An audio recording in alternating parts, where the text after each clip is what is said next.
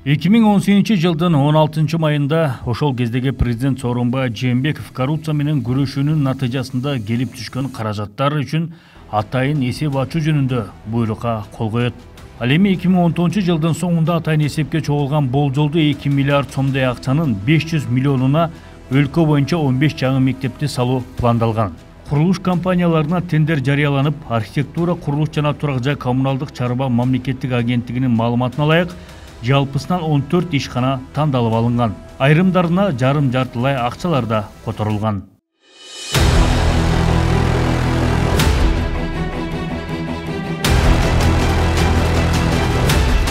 Тендерди утуп Бишкек шаарындагы Фучик 76 дарегинде жаңы мектептин курулушун баштаган ишканалардын бири БЕМАС ЖЧКсы.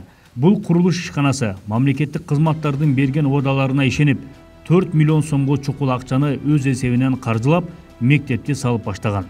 Келишим боюнча курулуш объектисине 54 миллион сом бөлүнүп, ушул жылдын сентябрь айында колдонууга берилиши керек эле. Бирок арадан 1 жылдай убакыт өткөнү менен бир дагы тыйын мамлекеттен которулган эмес. Которулмак тургай, компания өзү жумшаган карыз акчасы төлөнүп бериле элек. Өзүбүздүн каражатыбыз, булар айтты, спецшот туру, капсуланы салагалла, дренажды жазайгаллам, калганын бере салабыз дегенде биз ушулардын сөзүнө ишенип калдык. Андан кийин акчаны берерде, давай акты выполнение работаңарды бергиле деди. Бүт технадзору да барды, тигиниси да барды, мунусу да барды, баары текшерип алды. Алып кол коюшуп бүтүрдүк. Мисалы мага 4 миллион сом карыз булар. Бүт өкмөт мага карыз. Мен фирмама. Бүт кагаздарын өткөрүп алган. Менде бир эмеси жок. Могу кагасын калба калтыр, тиги кагасын калба калтыр деген эчтеке жок. Тендерден уткансыздар. Тендерден утканбыз, законный боюнча. Мамлекеттен акча которулбай жаткандыгына байланыштуу жумушчулардын айлыгы, техниканын ижара акысы төлөнбөй келет. Жумуш дагы токтоп калган. Айткан жумуштарды аткарып бердик. Бирок бул биздин жетекчибиз ыйлаганда эле алар сөздөрүндө турбой койду. Биздин балдар азыр автобустан кубалап жүрөт. Качан бересиңер деп. Бул чоңдор өздөрүнүн машиналарын залогко коюшту, имуществолорун залогко коюшту. Биз да айлыгыбызды ал деп чынчылыгында. Эмне үчүн биз күйүп атабыз? Себеби аналыгы үчүн ушундай эле мектеп. Бирок Воин Антоновкада бар да, анын немеси подрядчиги Стройтекс. Алар кылган ишин көрсөтпөй туруп акчаларын уже алып коюшкан. Мисалы да. А биз жазаган ишин акчаны алып атабыз. Менин күйгөнүм ошол болуп атат. Компаниянын өкүлдөрү нааразычылыгын билдирип, митингге чыгышты. Алар каражаттын которулбай жаткан себеби боюнча Чүй облустук капиталдык курулуш башкармалыгына баш багышты. Компаниясынын акчасын которбой аткан турасыздарбы? Ошол боюнча эмне себеп болуп атат которбогонго? Өзүңүздөр сөз берип, булар өздүк каражатты жумшап салган турбайбы? Ошо эмне болуп атат, ошо бизге комментарий берсеңиздер. Өкүлдөр өздөрү келип жетекчилик менен жолугушуп, тиешелүү суроолорду беришти. Бирок башкармалыктын башчысы Эркин Абдыразаков каражаттын тартыштыгын коронавирус пандемиясына, өлкөдөгү акыркы айларда болуп өткөн кырдаалга жана аягы келип өкмөткө байлап салды. Баардык күнөөнү каржы министрлигине оодарганга да жетишти. Анан бул мектепти 1 сентябрга чейин бүткөрүшүбүз керек деп айткандыгым чын. Ошондо бизге тапшырма болуп, ошондой направление болгон. Ошону мен сизге айтпайм. Сизге ким указание берди, биз ошого баралы. Мен айтып атам. Мен сизге дагы байке, мынакей сөзүңүз каралы. Сизге бир эмес эки жолу келди. Сиз чече албай атасыз. Колуңузду деле ачып эле багы сиз деле ылдый жактын кишиси болуп атасыз да, мындай айткандачы. Ооба, мен деле сиз катары болуп атам да. Ошо бир чече турган бир кадам кишиге баралы да, ошол жоопкерчилигин алсын, ушунча балдарды Гострой турабы? Гостройго баралы, Көкө Чарыфты таппайбыз азыр. Мисалы азыр гострой ал киши чече албайт. Мен азыр айтып атам да, муну өкмөткө гана кайрылыш керек да. Өкмөт бизге деген финансированияны переченге бекитип берсе, Минфин тарабынан каржылоо болот да, мен ал акчаны кармабай туруп, буларга сразу берет элем да. Мына Эркин акем сөзүңүз каралжы да. Как систем юрист, мен да как юрист катары айткан. Мен госчумушта иштебегенден кийин өкмөткө монтуп барып эле арызымды айтып берсем, менин арызымды эч ким укпайт. Туурабы? Эч ким. Энди сиздер ушул жерде кызматта отурсуздар. Сиздер жеткизишиңиздер керек да. 1 жылдан бери жеткизиш керек эле да. 1 жыл. Мейли, Самат 10 күн болду го. 15 күндө кат каралат экен десеңер, мен ишенет элем да. 1 жылда сизге биз канча жолу кат жөнөттүк. А сиз Көкө Чарыфты айта албай атасыз. Ал биздин 54-төгү 4 миллион бизге 1 жылдан бери Госстрой карыз экенин ал билген да жок. Билген жок. Бирок бизге жеткен документтерге ылайык коронавирус пандемиясы күчөп, экономика алсырап, башка өлкөлөрдөн акча сурап турган жай айларында жогорудагы долбоордун негизинде мектеп салып жаткан 2 компанияга 46 миллион сомдон которулган. Муну бухгалтериянын документтеринен да көрсө болот.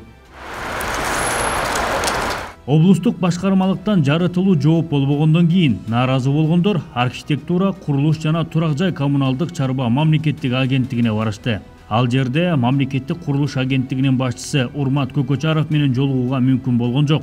БЕМАСтын директору Самат Матаев болсо агенттиктин эшигин 1 жумадан бери каккалап жүрүп, Көкөчаров иш орунда жок деген жүйө менен кабыл албай койгонун билдирди. Келсең ушинтип киргизбейт. Кылганча жалдырашкан кылып берип койгулат. Көкөчаровду 1 жумадан бери таппайбыз мына. Вообще келбейт жумушка. Келет алдым, Көкөчаров келет алдым. Бүгүн келди эле? Бүгүн келди, ошол баштан кеттик, каяна кеттик, ошол кеттик. Нааразылыгын билдирип келгендерге турак жай коммуналдык чарбаны өнүктүрүү бөлүмүнүн өкүлү Жумабай Каримжанов жолугуп төмөнкүлөргө токтолду. Эмне үчүн гана менин гана фирмама акча которбойт, калган фирманын баарында акча которулат. Ошого жооп бериңизчи. Сиз айтабыз акча жок деп атасыз. А тиги 13 мектепке кандайча акча которулуп калат? Былтыркы жылкы которулган акча бар, былтыркы жылы которулган.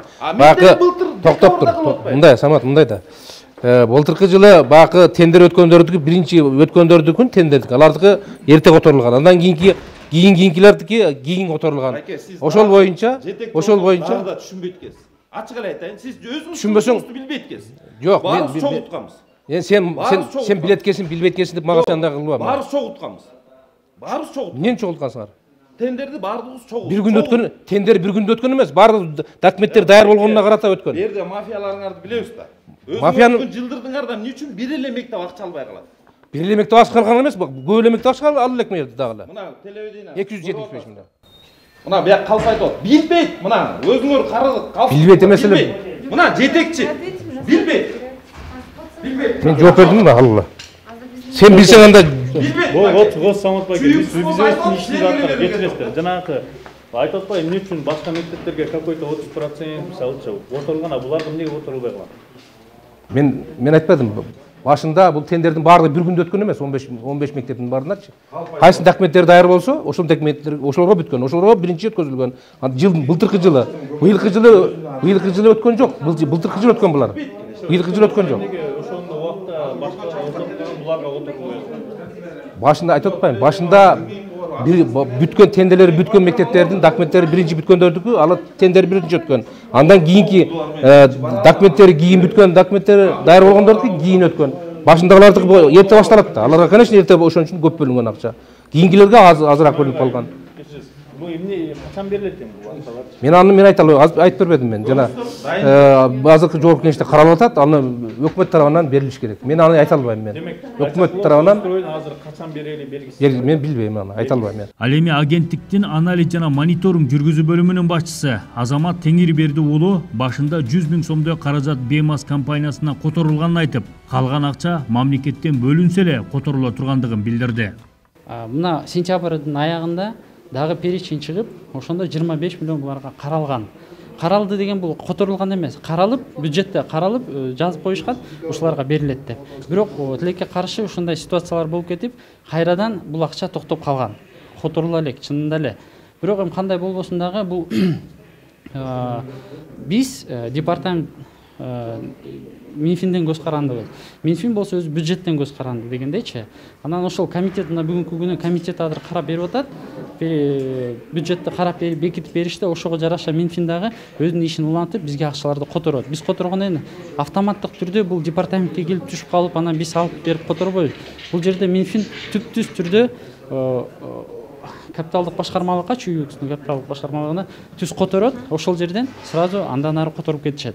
Бирок негизги суроо ошол кездеги президент Сооронбай Жээнбековдун демилгеси менен ачылган депозиттеги 2 миллиард сомго жакын акча каяка кетти? Жаңы билим уяларына делген акчалар каякта? Мамлекеттик курулуш агенттигинин айтымында учурда өлкөнүн бюджетинде акча жок экен. Бирок атайын эсептеги акчанын бюджетке эч кандай тиешеси жок болгон.